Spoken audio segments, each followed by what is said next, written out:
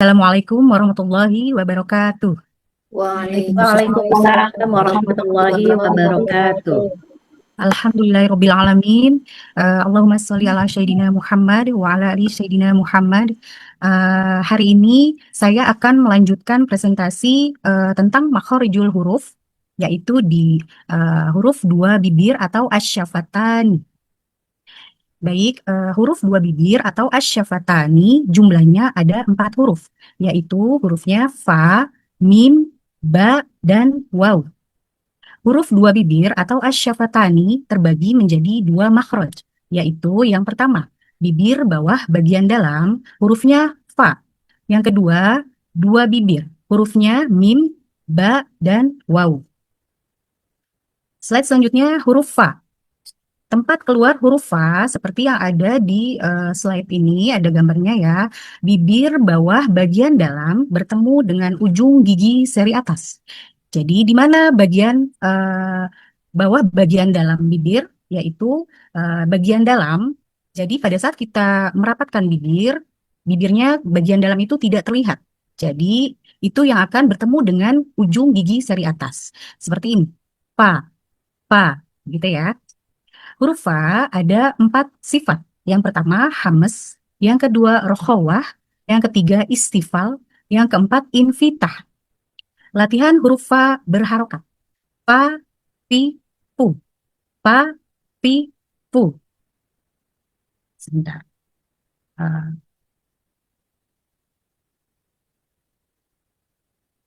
Kenapa nih? Fafasaku, fafideyah, fafideyah, ta'rifuhum. Kemudian latihan huruf fa bersukun. Af. Seperti yang kita tahu, huruf fa bersukun akan terdeteksi hames. Jadi ingat harus disempurnakan dan dialirkan sesuai dengan sifatnya. Af, if, uf. Seperti itu. Aftara, iftara, tuflihuna. Kemudian latihan huruf fa bersyaddah. Affa, iffi, uffu, yukhaffafu, yukhaffafu, liwaffiyahum, liwaffiyahum, at-ta'affufi, at-ta'affufi. Lanjut kepada slide berikutnya. Kesalahan yang sering terjadi pada pengucapan huruf fa. Yang pertama, tidak diucapkan dengan jelas karena sifat hamesnya. Misalnya, takassarakum, taf'aluna. Jadi, hamesnya tidak ditunaikan secara sempurna. Yang seharusnya dibacanya fakatsarakum, fakatsarakum, taf'aluna, taf'aluna.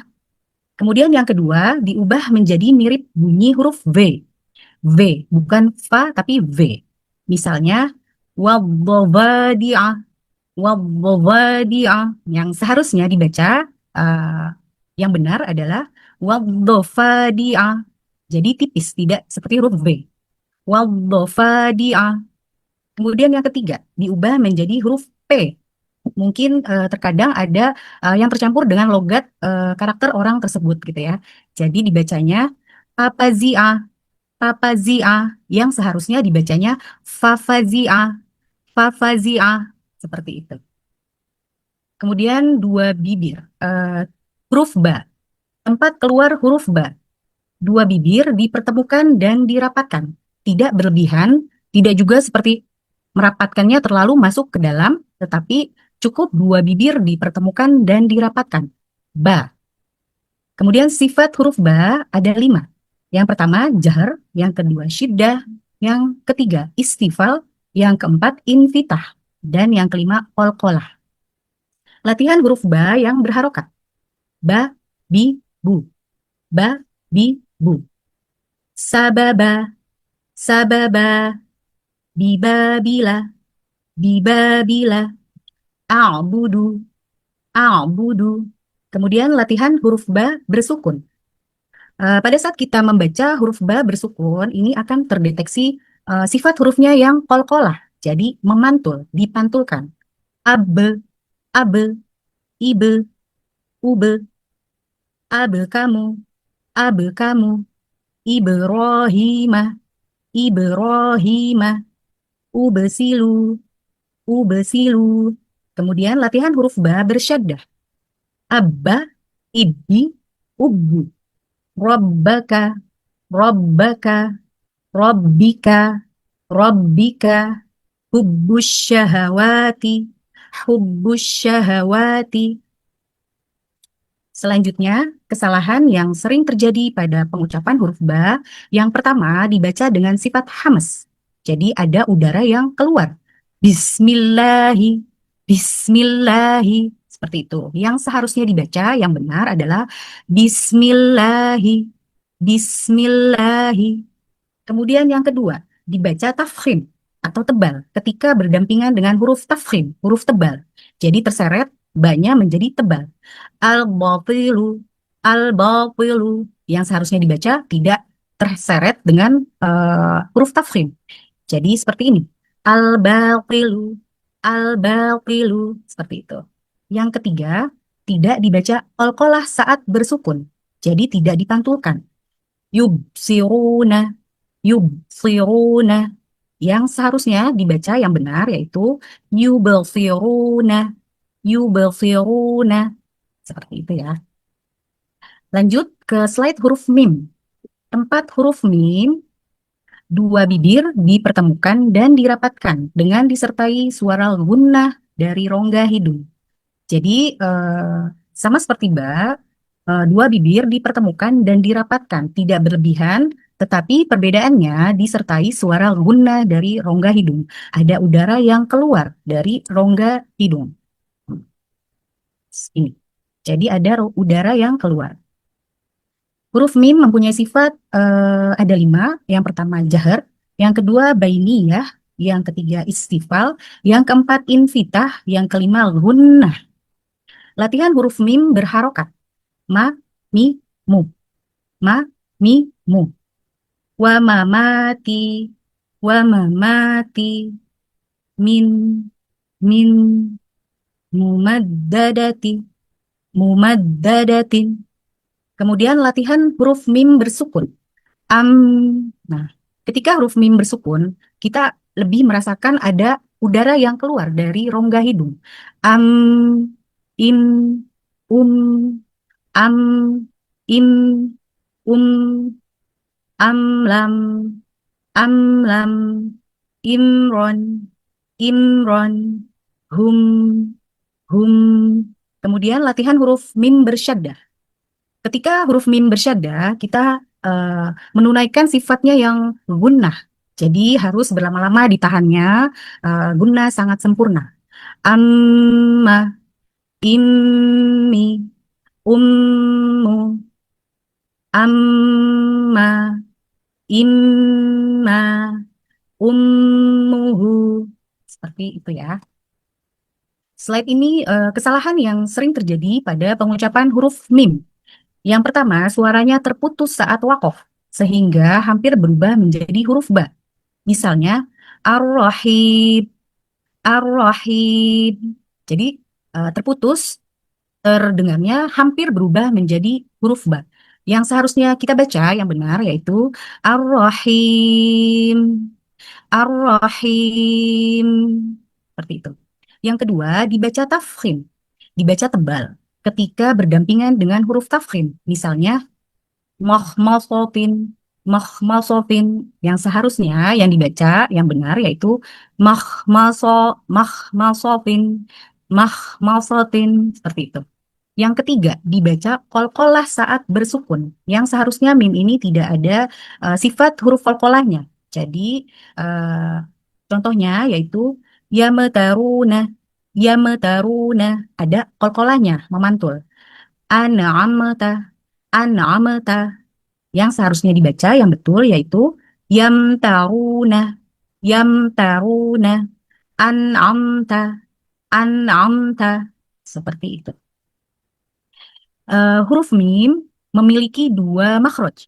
Yang pertama, mukammal atau yang disempurnakan adanya di makhraj 2 bibir, asyafatani. Yang kemudian yang kedua, mukammil, yang menyempurnakan huruf mim ada di rongga hidung atau al-khayshum yang sudah dijelaskan sebelumnya ada udara yang keluar dari rongga hidung. Selanjutnya huruf waw. Tempat keluar huruf waw. Dua bibir dibulatkan atau dimonyongkan dengan tetap ada rongga padanya sebagai jalan keluar suara. Jadi pada saat kita melafazkan huruf waw, ini sudah memposisikan bibir kita sudah dimonyongkan atau dibulatkan. Wow, wow. Sifat huruf waw ada 5. Yang pertama, jahar. Yang kedua, rokhawah. Yang ketiga, istifal. Yang keempat, infitah. Yang kelima, lin. Latihan huruf waw berharokat. Wa, wi, wu. Wa, wi, wu. Wawajadaka. Wawajadaka. Wizroka. Wizroka. Wawufiyat. Wawufiyat. Kemudian latihan huruf waw bersukun akan terdeteksi lin. Au, au, seperti itu. Au. Jadi mengayun huruf lin dengan lembut. Lau. Kemudian latihan huruf waw bersyaddah. Awa, iwi, uwu, awa, iwi, uwu, awabun, awabun, nusawikum, nusawikum, wuduha, wuduha. Lanjut, kesalahan yang sering terjadi pada pengucapan huruf waw. Yang pertama, dibaca tafkhim ketika berdampingan dengan huruf tafkhim. Jadi terseret tebal. Misalnya, wallahu, wallahu. Jadi sudah tebal di awal gitu ya. Yang seharusnya dibaca yang benar yaitu wallahu, wallahu. Yang kedua, bibir tidak dibulatkan atau dimonyongkan dengan sempurna. Seperti misalnya, wakana, wakana. Jadi tidak sempurna pelafasannya, harus harus dengan posisi mulutnya dimonyongkan. Wakana, wakana, seperti itu. Yang ketiga, bila ada tekanan yang lebih pada dua bibir, khususnya bila waw bertasydid, yang mengakibatkan terjadinya semburan disebabkan oleh penyempitan tempat keluarnya. Nah, jadi ini berlebih-lebihan. Misalnya, qawwamina, qawwamina. Jadi ada semburan yang disebabkan oleh penyempitan. Khawwana, khawwana. Jadi wawnya ada semburan. Perbandingan antara makhraj mim dan ba terletak pada rongga hidung. Jadi untuk posisi bibir sama, dirapatkan, sekedar dirapatkan saja, bibir bertemu dan merapat.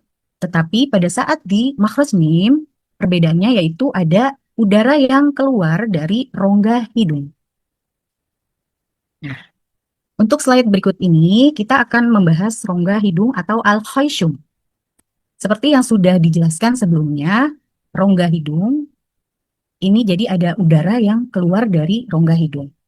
Rongga hidung atau al-khayshum hanya ada satu makhraj. Rongga hidung atau al-khayshum jumlahnya ada 2 huruf, yaitu huruf nun dan huruf mim. Nah, huruf mim seperti yang tadi sudah dijelaskan, di sini kita lebih menekankan kepada rongga hidung. Jadi rongga hidung atau al-khayshum. Di huruf mim itu gunnah atau dengung, suara yang keluar dari rongga hidung yang selalu menyertai huruf nun dan mim. Jadi dia mimnya ada udara yang keluar dari rongga hidung. Huruf mim yang seperti tadi sudah dijelaskan, dua bibir dipertemukan dan dirapatkan dengan disertai suara gunnah dari rongga hidung. Huruf mim ada 5 sifatnya. Yang pertama jahar, yang kedua bainiyah, yang ketiga istifal, yang keempat infitah, yang kelima gunnah. Jadi di sini ditekankan kalau huruf mim itu seperti yang tadi sudah dijelaskan ada 2 makhraj, di sini lebih dibahas lagi untuk khayshum, tempat keluarnya dari rongga hidung. Latihan huruf mim berharokat. Ma, mi, mu. Ma, mi, mu. Wa mamati min mumaddadatin. Kemudian latihan huruf mim bersukun. Am, im, um, amlam, imron, hum. Kemudian latihan huruf bersyaddah. Jangan lupa gunnah dari rongga hidung lebih gunnahnya dilama-lamakan, digunakan dengan sempurna. Amma, immi, ummu, amma, immi, ummuhu. Selanjutnya, kesalahan yang sering terjadi pada huruf mim. Suara terputus saat wakof, sehingga hampir berubah menjadi huruf ba, seperti yang tadi juga dijelaskan. Tetapi di sini ingat, kita sedang membahas al-khayshum, yaitu ada udara yang keluar dari rongga hidung. Ar-Rahim, Ar-Rahim. Nah, itu tidak ada udara yang keluar dari rongga hidung. Yang seharusnya dibaca, yang benar, yaitu Ar-Rahim, Ar-Rahim. Ada udara pada saat huruf mim ada udara yang keluar dari rongga hidung. Yang kedua dibaca tafkhim ketika berdampingan dengan huruf tafkhim. Misal contoh mahmafotin, mahmafotin. Jadi sudah terseret tebal. Yang seharusnya dibaca mahmafotin, mahmafotin seperti itu. Yang ketiga dibaca kolkolah atau memantul. Ini pengulangan dari slide yang sebelumnya ya. Tapi ingat, untuk di sini lebih ditekankan lagi dengan udara yang keluar dari rongga hidung. Yamtaruna, yamtaruna. Itu dibaca kolkolah. An'amata, an'amata. Yang seharusnya dibaca yaitu yamtaruna, yamtaruna, an'amta, an'amta. Seperti itu. Kita lanjut kepada huruf nun. Huruf nun sudah pernah dibahas dengan kakak di kelas asin ya, yang tadi makhrajnya huruf nun ada di lidah. Tetapi di sini kita membahas huruf nun yang ada di rongga hidung atau al-khayshum. Seperti huruf mim, sama. Huruf nun gunnah, dengung, suara yang keluar dari rongga hidung yang selalu menyertai huruf nun dan mim. Nah, ya ini. Huruf nun secara posisi lidah. Jadi, huruf nun ada di ujung lidah atau toroful lisan. Huruf nun, ujung lidah bertemu dengan gusi. Dua gigi seri lebih ke bawah. Mohon maaf. Huruf nun, ujung lidah bertemu dengan gusi. Dua gigi seri lebih ke bawah sedikit dari makhraj lam, disertai gunnah dari rongga hidung. Huruf nun terdiri dari dua bagian, yaitu ujung lidah dan rongga hidung. Sifat huruf nun ada 5. Jahr, bainiyah, istifal, infitah, gunnah. Latihan huruf nun berharokat. Na, ni, nu. Na, ni, nu.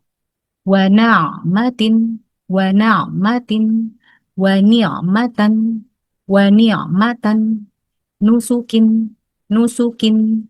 Kemudian latihan huruf nun bersukun. Ingat, pada saat disukunkan, lebih terasa ada udaranya. An, in, un, an, in, un, watan hauna, minhum, minhum, tunhauna, tunhauna. Ketika huruf nun bersyaddah, ini sama seperti mim, jadi ada sifat gunnah, gunnah yang sempurna. Jadi harus ditahan lebih lama, digunakan secara sempurna. Anna, inni, unnu, anna, inni, unnu, annahum, annahum, inni, inni, yadhunnuna, yadhunnuna. Lanjut, kesalahan yang sering terjadi pada pengucapan huruf nun. Yang pertama, hak sifat gunnahnya tidak diberikan ketika wakof padanya. Misalnya, jadi gunnahnya tidak sempurna, tidak ditunaikan sifatnya. Nasta'inu, nasta'inu. Atau pada saat diwakof, nasta'in. Jadi tidak sifat gunnahnya tidak ditunaikan. Nasta'in.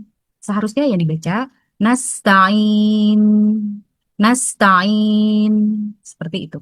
Yang kedua, berlebihan dalam memberikan hak sifat gunnah ketika wakof pada nun yang dicontohkan di atas yang seperti tadi.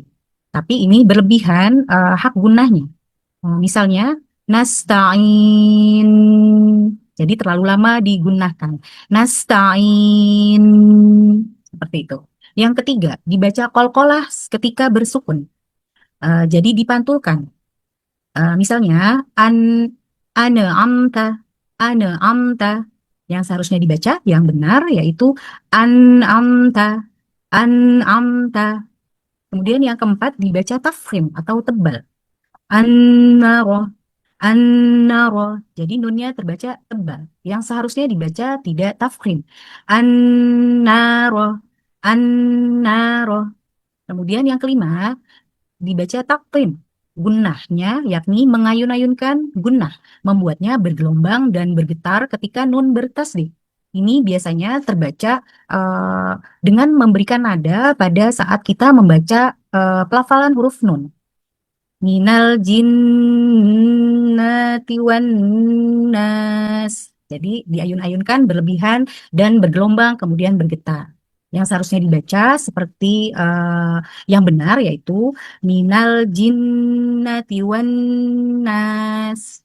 Minal jinnati wan nas. Seperti itu. Alhamdulillah, slide dari pembahasan makhraj huruf bibir dan huruf rongga hidung sudah selesai.